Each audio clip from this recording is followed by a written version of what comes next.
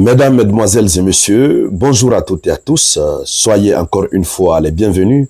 Vous êtes sur la tribune d'éveil des consciences. Alors, à la une de l'actualité internationale, ça pleure du côté de la France. C'est très très chaud sur la France. Depuis que nous avons demandé le départ de la France, de nos terres africaines, plus rien ne va chez la France. Nous avons demandé le départ de la France. La France est partie et en partant, elle doit partir avec tout ce qu'elle a lesté, tout ce qu'elle a installé sur nos terres. Et tout ce qu'elle a installé et qui lui permettait d'avoir énormément d'argent. Oui, d'avoir beaucoup d'argent.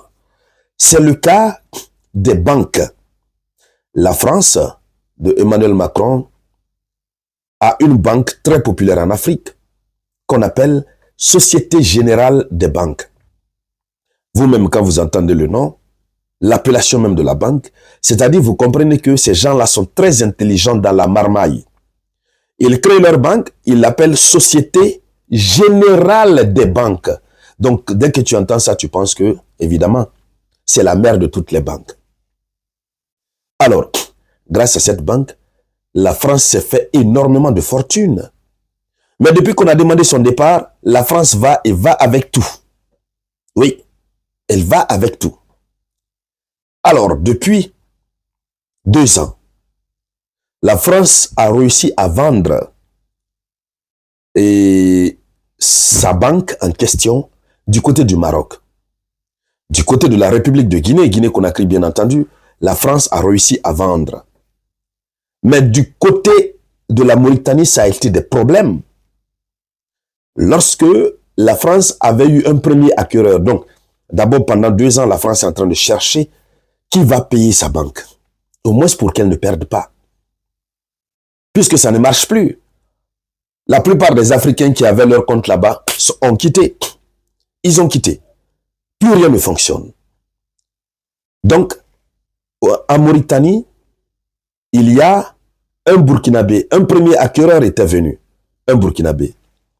Et ce Burkinabé qui est arrivé, désolé, ce Burkinabé qui est arrivé, il a demandé, il a dit qu'il était prêt à acheter.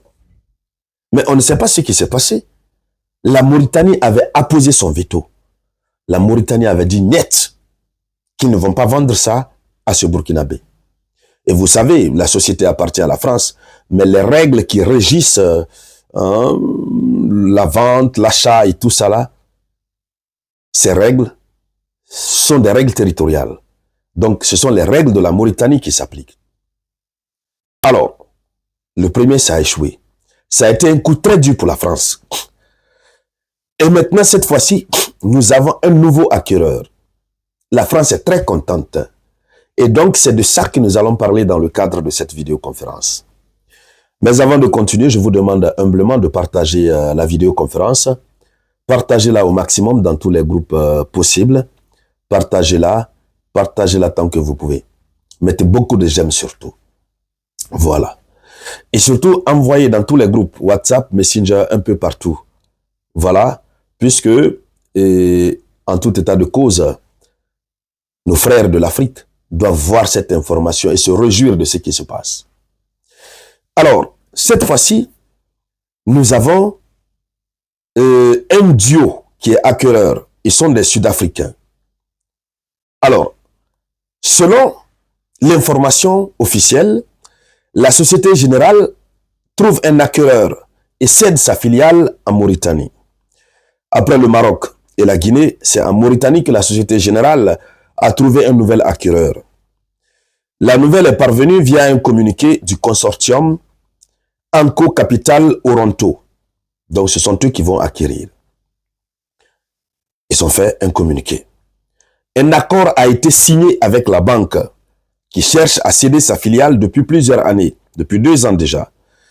Et donc, la Société Générale, qui avait trouvé, comme on l'a dit au départ, cette fois-ci, la Société Générale espère que cette fois-ci, c'est la bonne et que les autorités mauritaniennes vont quand même les laisser maintenant vendre. Puisque pendant 2 ans, ça ne fonctionne pas ni rien. Ou bien même si ça fonctionne, c'est à contre-goutte. Donc, ils sont ils ont de l'espoir. Alors, ce qu'il faut dire, c'est qu'à la tête de cette initiative se trouve un tandem Anco Capital, qui sont des frères Alain et Cyril. Cette société d'investissement qui est spécialisée sur le marché africain est basée en Afrique du Sud et à Londres et dispose de capitaux de sous-gestion de plus d'1 milliard de dollars. Donc, c'est cette société qui veut payer avec eux. Imaginez. Donc, ce sont des Africains hein, qui veulent payer cette société française. Ça, c'est la revanche de l'Afrique. Nous prenons très bien notre revanche. Oui. Ils sont venus chez nous, on leur dit partez. Ils sont prêts à partir. Ce sont les Africains qui payent encore avec eux. Le goût de ça, le bonheur de ça, la joie de ça. Alors, donc, et comme on le disait, c'est le premier investisseur. Donc, on a deux investisseurs. C'est le premier investisseur. Le second investisseur qui, voilà, donc il y a un dieu qui veut le payer. Le second investisseur, c'est Oronte, qui est acteur de la finance en Afrique, représenté par Eric Bastien Balouhei. Donc, ce dernier n'est pas connu du secteur. C'est un ancien directeur général de l'entreprise Rougier. Il fonde en 1999 Grand Moulin de Mauritanie et depuis 2007, il préside le conseil d'administration de la Société Générale dans le pays. Donc, c'est lui qui préside le conseil d'administration de la Société Générale en Mauritanie. Et c'est lui qui s'associe avec les Sud-Africains pour payer. Maranatha. C'est quelle belle vengeance. Alors donc, ce dieu avait les faveurs de Nouakchott. Donc, les autorités, ils sont dans les grâces des autorités, puisque déjà, ce sont des fils de terroir qui veulent payer. Mais la Société Générale Mauritanie confirme avoir conclu cet accord.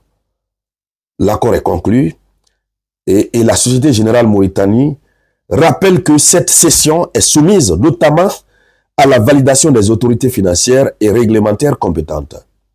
Voilà donc, c'est signé, la France est contente, mais la France croise les doigts. Elle est en train de prier afin que les autorités puissent valider cette fois-ci, puisque les acquéreurs sont dans les faveurs et les grâces des autorités mauritaniennes. Donc, nous apprenons que les potentiels repreneurs de la Société Générale assurent vouloir diversifier les produits bancaires et renforcer les standards de gouvernance. Ils affirment également vouloir soutenir les secteurs stratégiques qui sont énumérés dans un communiqué, à savoir le gaz, les mines, l'agriculture et la pêche. Donc, globalement, chères dames, chers messieurs, voici ce qu'il faut dire à ce niveau. Voici l'information qui nous parvient.